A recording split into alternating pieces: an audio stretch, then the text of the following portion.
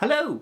Welcome to Stanwell Reads, where we are reading short stories aloud with no pictures, no videos, just the words. Today's classic story is taken from the 1001 Nights, a classic set of Arab tales. Each of the stories is supposed to be narrated by Shahrazad, who is held prisoner by the king Shahryar. The king has plans to execute Shahrazad, but will resist for as long as she can continue to make her stories interesting. The intelligent Shahrazad invents all sorts of stories including crime, horror, and romance. But the first tale she tells, the simplest tale, is this fairy tale, known as The Fisherman and the Genie. There once was a poor fisherman who fished the Caspian Sea, all alone in his little boat. Each day he would row his boat to a good fishing location. He would cast his net out 4 times before he had to return to the land, his boat either full of fresh fish or fresh sorrows. One day, the fisherman took his boat out to a part of the sea he had not fished before. For 3 days, he had caught nothing. He needed to gamble on this new spot, knowing that if he continued to catch little, his wife and children would have nothing to eat. With the sun at its highest peak, the fisherman cast his net into the water, where it landed with a satisfying splosh. He waited his usual amount of time to allow the fish to wander into the trap, then set about pulling his net from the waters. But as he came to tug on the net, he noticed it was heavy. It bulged with some load.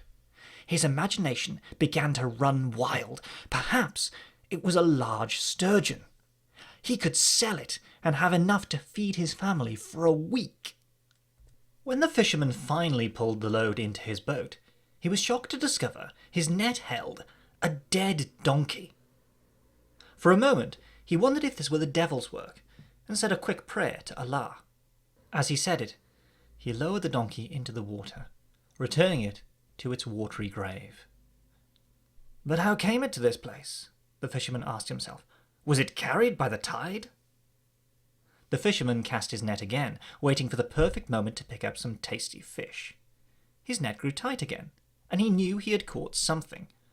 But on pulling his net up, he found all the sea had gifted him was a set of broken glass jars. As he looked sadly at his haul, a shard of glass cut through a string of his net. The fisherman let out a cry as if he himself had been wounded. "This must be the ground of some shipwreck," the fisherman said to himself. "That is how these strange things came to be in the middle of the sea." He contemplated moving to a different location, where the fish were more plentiful. In the end, however, he stayed put. Perhaps he could dredge up something worth selling. The 3rd time the fisherman tried to pull his net in, it would not budge at all. The fisherman dived into the sea and swam under the net to see what was inside. The net was full of ancient wooden planks, covered with seaweed and barnacles. He untied some of the strings to release the catch, and he watched the thickly encrusted planks fall out of sight to the bottom of the sea.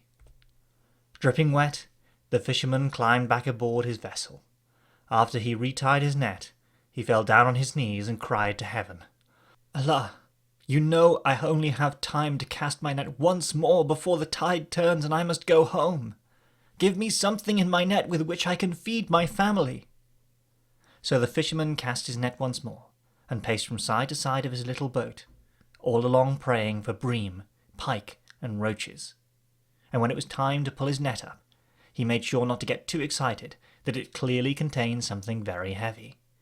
What was this cursed object going to be? A broken rudder? A mermaid's skeleton? A tombstone with his own name on it? But it was none of those ghastly things. As the net began to emerge from the water, the fisherman saw seated within the bulging strings a pretty ceramic jar. It was large, the same size as his torso, and it was painted in a rich blue. Upon its centre was painted a large Egyptian symbol. "This may be worth something," the fisherman thought, "and there may even be something inside." The fisherman pulled the jar aboard his boat and fell immediately to pulling the lid. It was trapped tight, and the water made the handle slippery. But eventually, by placing his knife in the gap, he found that after a while he could work it free and just open it a crack. There was a loud thunderclap. The fisherman fell backwards with a jolt. Blinking, he saw emerging from the crack in the jar a rapidly billowing cloud of red smoke. Before his eyes the smoke became a pillar, and the pillar revealed a huge, ghostly, red man. The red man's body stretched from the sea high up into the sky, his foot no smaller than the fisherman's boat. Smoke continued to circle around his body, and where the man's feet touched the waves, there was a sizzling sound. The fisherman was at the mercy of a creature of fire. A genie. The genie's teeth flashed an enormous grin down at the little man. He folded his muscular arms across his broad chest and laughed. At last I am free, he cried in a roar as loud as an earthquake. King Solomon could not hold me forever. Little man, tell me where the king is. I shall have my revenge. King Solomon? The fisherman replied. King Solomon ruled thousands of years ago. Thousands of years? The genie roared. His eyes flashed orange. Bright flames leapt up behind his pupils. Then he is dead. I cannot kill him. This is not good. I need my revenge. So I must revenge myself on his people. I shall kill them all. But Genie, the fisherman replied, surprised he dared talk back to this mountain of a creature. You can't do that. Can't? The genie cried.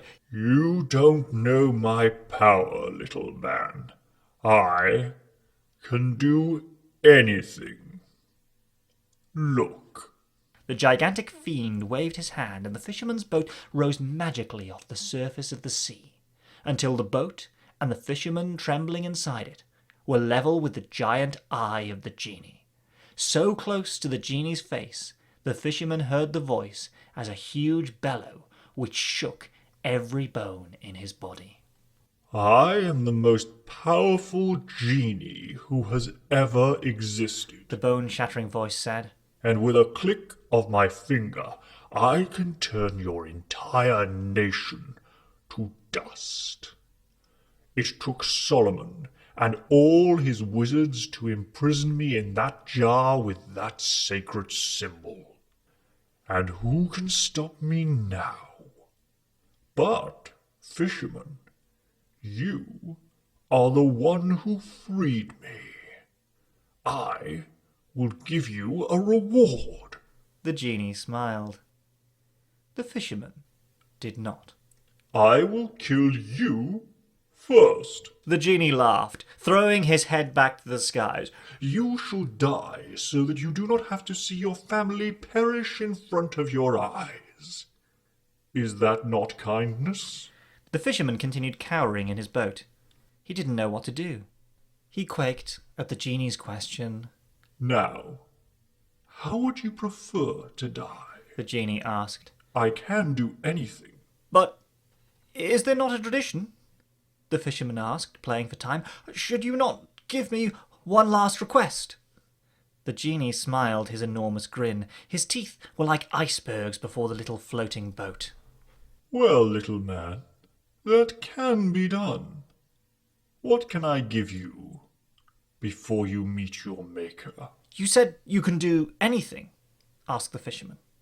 Anything. The genie's eyes flashed bright with his boast. I have never seen a genie before, the fisherman began. Would you perform 3 feats of daring for me before I die? Ha! It would be good for me to stretch my muscles once more, the genie declared in his booming voice. He stroked his chin, revealing to the fisherman his massive talons. What would you like? First, said the fisherman, can you summon all the fish in the sea to leap from the water at your command? The genie didn't even answer. He just arched his eyebrow and clapped his hands once. The fisherman looked down upon the sea. Suddenly, the waves seemed to be bubbling as from below thousands, if not millions, of fish jumped up out of the waves. They leapt from all directions, hundreds of them jumping in an arc right before the genie's enormous eyes. Sprats, swordfish and sturgeon soared above the fisherman's boat and pirouetted in mid-air. The vast majority splashed down back in the waters. Some collapsed awkwardly on the deck of the little boat and began flopping near the ceramic jar, until eventually they became limp and lifeless. The fisherman applauded and laughed at the sight. The genie smiled proudly. "Well, little man, you have 2 more miracles to ask for." "You are so strong," the fisherman said, trying to flatter the genie. "I can barely believe you were once a pillar of smoke. Would you be able to show me that again?" "Ha! It is as simple as anything." As he spoke, the genie's smile vanished right off his face. His eyes faded too, and then his cheeks turned to nothing. His entire body appeared to dissolve into a vapour. The cloud surrounded the fisherman's boat and gently wafted it down until it was once again rocking upon the surface of the sea. The genie, who couldn't resist showing off, added a few fireworks, lighting parts of the cloud as the fisherman descended. "Oh, this is marvellous!" the fisherman cried, staring out at the vast red cloud that now surrounded his boat. "You have 1 more marvel left, The genie's voice called from the cloud. and then I shall kill you. Tell me, what is it to be?"